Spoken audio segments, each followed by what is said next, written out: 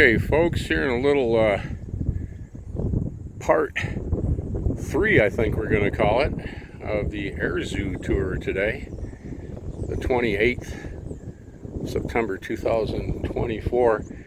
The picnic pavilion. Going to go down here and take a look. How many picnic pavilions can you go to that have F-4 Phantoms?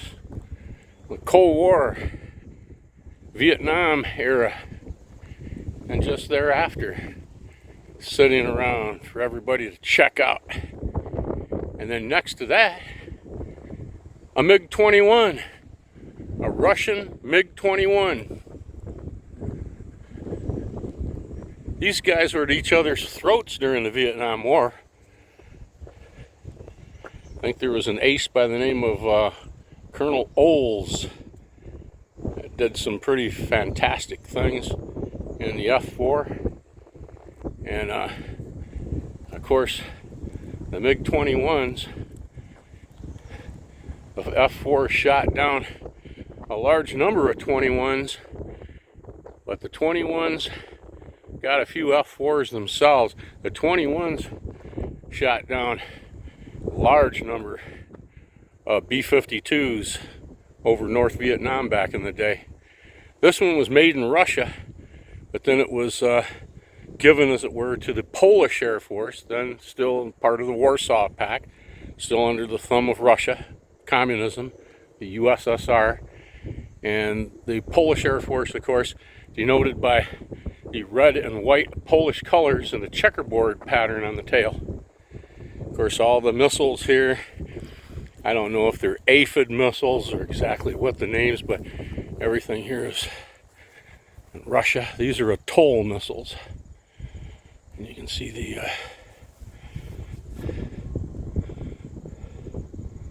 markings. Over here next door and take a look at the Mohawk. Okay, these Mohawks are used for ground observation and light attack.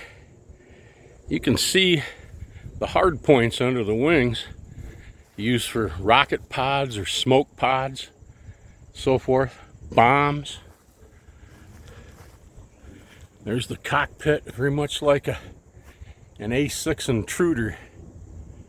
Side by side, and the Intruder is just a little bit wider, I believe. There are no cannons on the Mohawk. See up here into the landing gear. Down in the southwest desert, there used to be one of these mounted on top of a gas station. I think it was right along Route 66. You can see the turboprop exhaust. These engines have jet engines. They're jet props or turboprops. They use jet fuel. Beware of the jet blast. United States Army. These right here, when they would land, these are also able to land on improved, unimproved runways. You can tell by the landing gear, the height of it and so forth, kind of like the OV-10 Broncos. These are speed brakes here that are on the sides right here that would pan out. They'd pop out, slow down the aircraft. Tri-tail, right back. And the Mohawk is next to a naval Sea Viking. These were naval aircraft carrier borne sub hunters. These would hunt enemy submarines. They'd drop torpedoes on them, depth charges. They could drop bombs on ships. They could fire missiles, rather long range. 4-person cockpit, 2 in the front, then the operators behind. As I understand, they could also carry nuclear weapons, nuclear depth charges, or nuclear torpedoes. Go after an enemy sub with a nuke.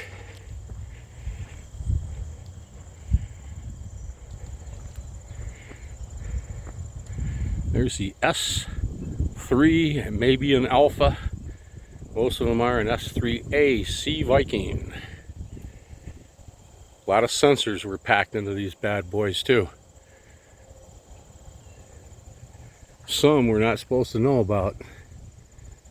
Same as the Prowler, the A6. All right, I'm gonna go inside. See you inside. Before we go into the other building of the Air Zoo, there's a private citizen here with a beautiful Cessna amphibious setup. Look at those pontoons, the floats you can take off on land, land in the water, taxi right out of the water back up on the land again. Very cool. Right back. Okay, we're about to enter building number 2 here, our last building. Little T-33 trainer used for the Korean War. And during the Korean War, 450 caliber machine guns there in the nose and bombs. This is an Air Force Canberra bomber, ground attack light bomber. Of course, we come here and you've seen videos I've made in the fly-ins. The B-17, beautiful, beautiful video. Love doing that. And most recently, the Huey. There are going to be more coming up this fall. I think they're all done. But in the spring, this will be back in action again with the fly-ins. Kalamazoo, Battle Creek International Airport, the control tower. We're looking at 3517, the main active, going almost due north and due south. 350 degrees north, 170 degrees suit. Here's where the fly-ins take place. Now we're going to go right inside here. Right back. And as we enter this part of the museum, we're greeted with Sue Parrish and her P-40 again. Very nice. You have to forgive the glare, but this is an A-10 from Battle Creek Air National Guard back in the ground, or back in the day. It was painted by a local artist, Rick Herder. I know Rick, met him some years ago. Actually own one of his artworks. And right behind me here is what's left of one of the engine nacelles, battle damaged, over in the war zone. And now on display here. Be right back. Of course, this damage happened in Iraq. Here's where the engine is mounted onto the aircraft itself. This is just the nacelle that covers the engine. You can see the honeycomb construction. Very lightweight and very strong. When it was hit, anti-aircraft fire, I just ripped it wide open. Photograph of the plane. Made it back to Kuwait. Landed safely.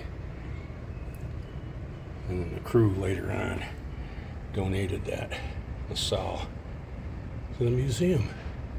Pretty cool. It's a little gallery of old aircraft engines from definitely the days of yore. This is a little newer one.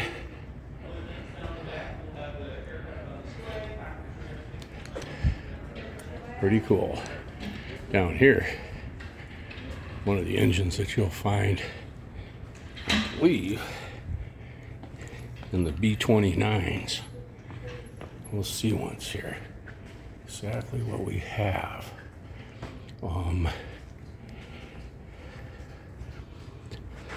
Nope. B-17s. There you go. There's a cockpit from an F-106. A little training cockpit. There's the ejection seat.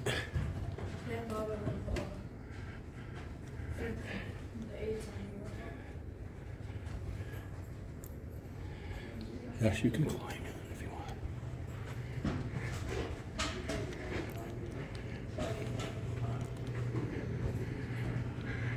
This is where they rebuild and completely redo the aircraft. Over here is one of the engines from a B-29. The Pratt & Whitney R4360-35 Wasp Major, 28 cylinders, 4,360 cubic inches.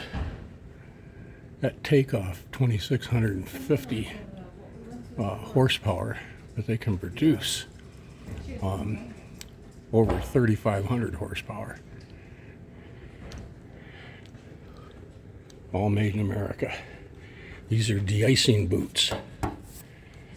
Those right there heat up in flight, and they melt the ice right off the wings, right off these surfaces. You can see right here, electric de-icing boot. These are stainless steel, and they get real hot and they melt the ice. Look at all the cylinders.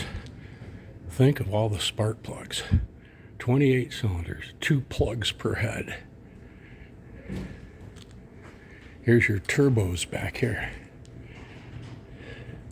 There's your oil cooler on the bottom. Unbelievable. Look at the mounting apparatus just to remove one of these engines from the aircraft and then push it out of the way. Here's another Wasp Major. Look at the planetaries in here.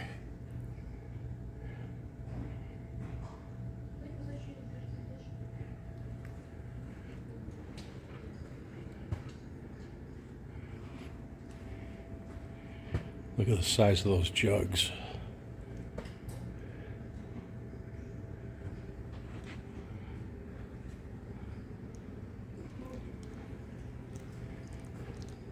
Really something. And right here is another open cockpit trainer.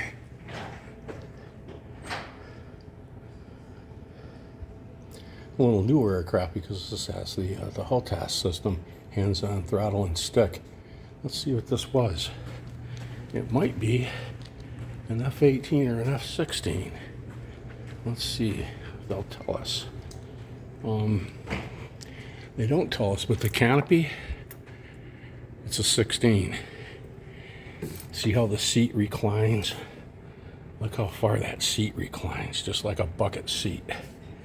Okay, that's a 16. Single engine. All right, be right back.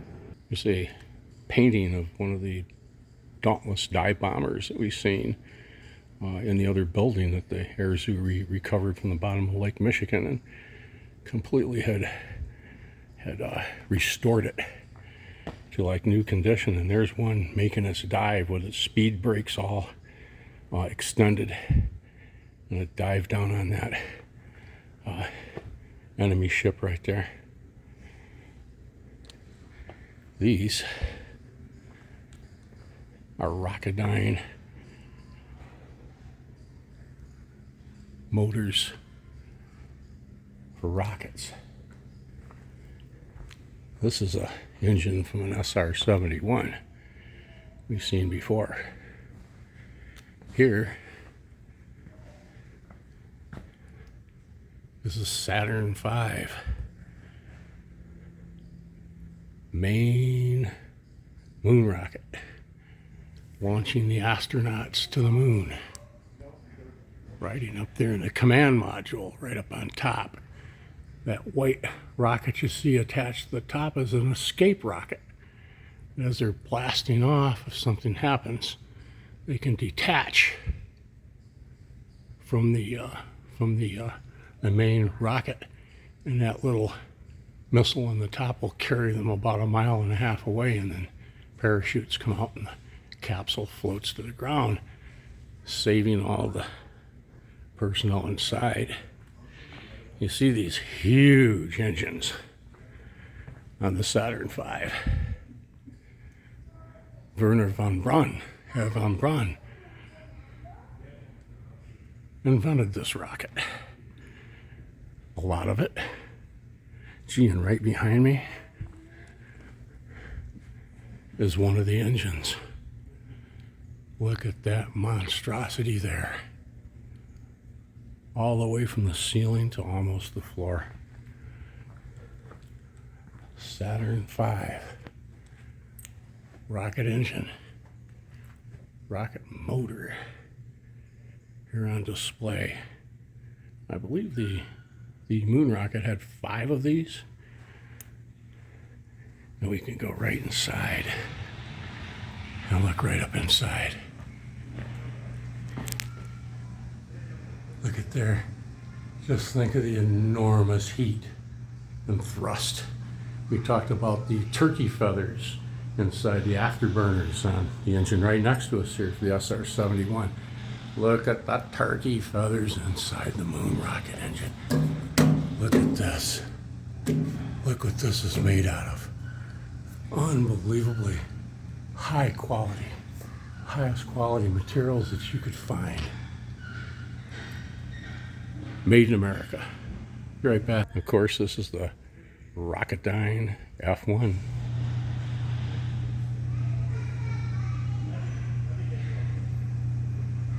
Really something. And I used to think a rocket motor like this is the Nerva.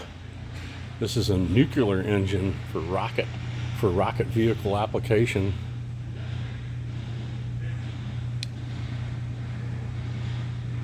Pretty cool. Let's move along. Okay, this is pretty special. Just talked to a gentleman in the know here, one of the staff. This is a Dauntless SBD Model 1 dive bomber. There's the engine. They're restoring this. Engine's being restored. The aircraft's being completely restored. Okay, every bit. This is what it looked like a few years ago when they recovered it from the bottom of Lake Michigan. It will be restored over the winter. You can see one of the wings in the very back. They're working on it back here on one of the table. And then the aircraft, of course, is here on this special holder. They can spin the aircraft. They can turn it like a rotisserie. This is the underside. There's where the wheels will go. Into the wheel wells there. Get a little better look at this in just a sec. Okay, you can see the tail of the aircraft, the underside of the tail here. Another one of the wings being finished right here. And you can see the dive brakes right here folded up under the wing.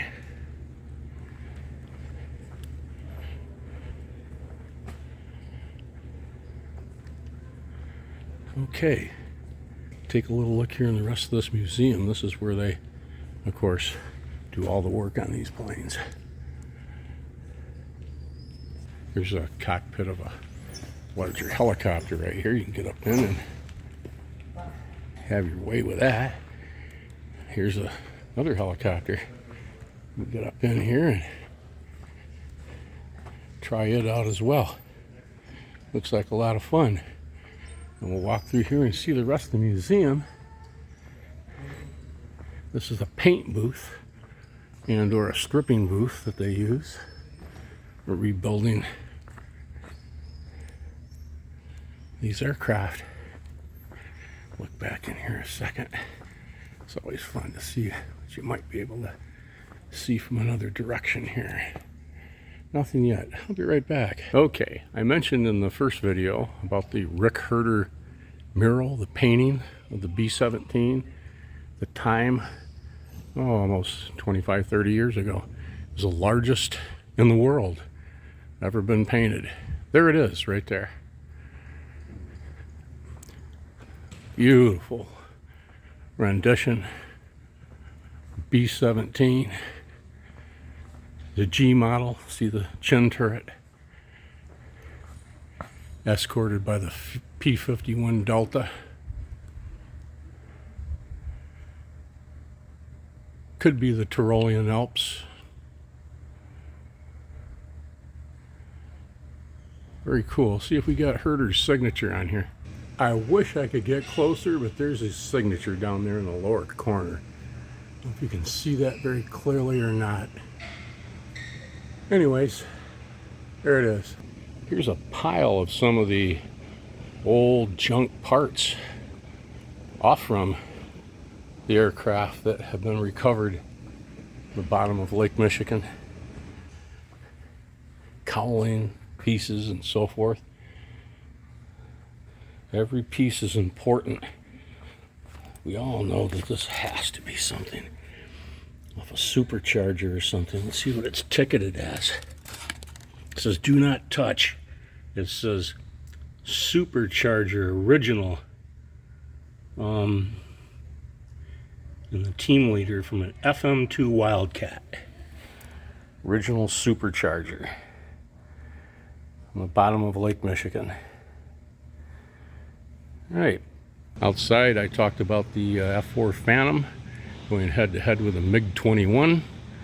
Well, here we have another pair from Korea. The F-86 Sabre jet. It also has speed brakes that come out here in the back like paddles when they stop. All right. 650 caliber machine guns. All right. There's a true artist conception of a Sabre with a victory over a MiG-15 in Korea. And here's a MiG-15. Two 23mm cannon down here. Right here. Looking right at you. And a 37mm cannon on this side. Alright. Here's the intake. Very small cockpits. I've tried to get into one of these cockpits when I was 70 pounds lighter than I am right now, and there was no way. That's just unbelievable. These individuals, and some were ladies, 120, 130 pounds, you're squeezed in there. Okay? Now, you might have to bear with me on some of the names that these aircraft were given back in the day, but these were little short, stubby looking cigarettes.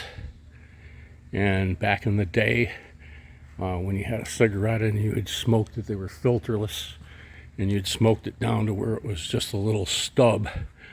They had nicknamed that a certain word that they nicknamed these back in the 50s as well because of their size.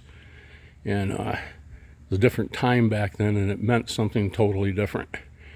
But this is the MiG-15. Move over here to the duck. The G-73 Mallard. Of course, I think we've seen Sly Stallone flying something like this in a couple of really cool movies about mercenaries and so forth. Here's a pickle fork. A Rutan Very Easy. I'm not certain if this was the same model that John Denver was killed in out near Monterey, but he was flying a pickle fork, and very high performance, quite a vehicle. Another high performance vehicle, to say the least. In the back, you have a big dirigible, a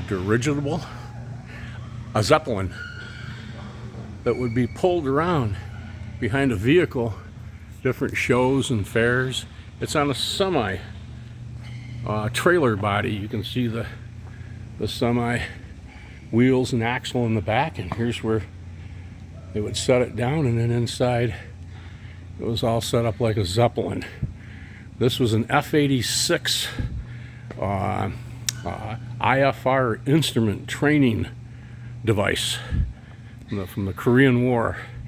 You get in here and this was an identical cockpit of the F-80. And this is how you'd learn to fly under that hood in cloudy conditions. You can't see outside. A couple other vehicles right here. Here's another cockpit. By looking at it, the angle of the seat, I'd say it's another F-16. A couple of older motors back here. This is the tail section. I'm pretty sure. Nope, this is one of ours. For a second, I thought that this was German. It might have been a V2. Close to it. But this is a PGM-11 short-range ballistic missile. It would have been nuclear tipped. There's the rest of the body sitting right back there, laying against the wall. We'll put that together at a future date. All right, right back. Here's a very cool experimental home built in its trailer. Fold the wings out and take off. Twin seats. Pretty cool. We're gonna look what's in front of it. From the ceiling here, all kinds of home-built ultralight aircraft hanging, light aircraft. Here's an A3 Skywarrior cockpit module for training. You can see them dispensing fuel right there. Okay, you could use these as tanker aircraft as well, but they'd need to also receive fuel. And so when they're receiving fuel, they do it on the probe here in the nose. You can see this is a training module. And so around behind the back, this is where you would climb aboard and gain access here up into the module. And you can see there's where they do their training. Behind us here is one of the drogues for aerial refueling. That's the drogue basket. And there's the delivery head right there. Pretty cool. And again, B-60 Skywarrior module. Of course, the Air Zoo getting its name from being the home of the Grumman cats. The Grumman combat aircraft named after cats. Bearcat, tiger shark, the panther. Okay, this is the F-11F Tiger. And they use these, and you can see right here their power plant. Everything else about them, 20mm cannon, 578 miles an hour to 890 miles an hour. Guess who used them back in the day, other than our military?